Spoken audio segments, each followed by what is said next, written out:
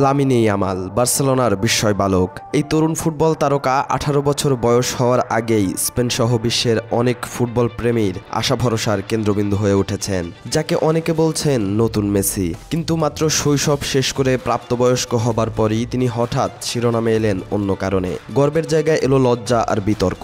প্রশ্ন উঠেছে, তারকা হয়েই কি তারকাসুলভ দায়িত্ব ভুলে গেলেন ইয়ামাল? তার জন্মদিন পালন করতে গিয়ে এমন কিছু ঘটেছে যা স্পেনের ফুটবল মহলে আলোড়ন সৃষ্টি করেছে এবং স্পেন সরকারও এ ব্যাপারে ব্যাপক উদ্বিগ্ন হয়ে উঠেছে।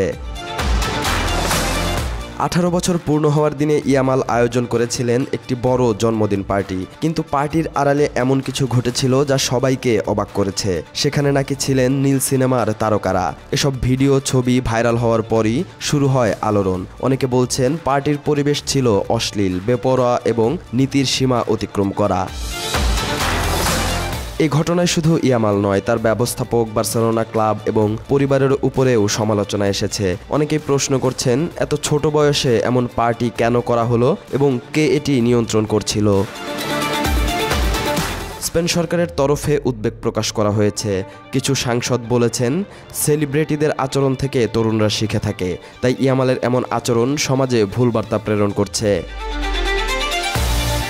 নিন্দা তো আছেই, কিন্তু অনেকেই মনে করছেন বয়স মাত্র 18, তাই কিছু বেখেয়ালি সিদ্ধান্ত হওয়া অস্বাভাবিক কিছু নয়। তবুও বিশ্বমঞ্চের আলোয় থাকা একজন প্রতিভাবান কিশোর তারকা হিসেবে ইয়ামালের প্রতিটি কাজ অনেক বড়ভাবে দেখা হয়, তাই তার ব্যক্তিগত আচরণে পেশাদারিত্ব থাকা খুবই জরুরি বলছেন ফুটবল সংশ্লিষ্টরা। কিন্তু প্রশ্ন একটাই, ঘটনা যদি সত্যি হয়, এরপর কি ইয়ামাল আরও দায়িত্বশীল হবেন, নাকি বেপরোয়া জীবনে হারিয়ে যাবে এই দুর্দান্ত প্রতিভা? তারকা হবার পথে বড় এক পরীক্ষার মুখে এলেন লামিনে ইয়ামাল। ফুটবল মাঠে তার জবাব দেওয়ার অনেক সময় আছে, কিন্তু মাঠের বাইরেও নায়ক হতে হবে। এই সত্যিটা বুঝতে পারলে তবেই তিনি হবেন সত্যিকারের ফুটবল সুপারস্টার।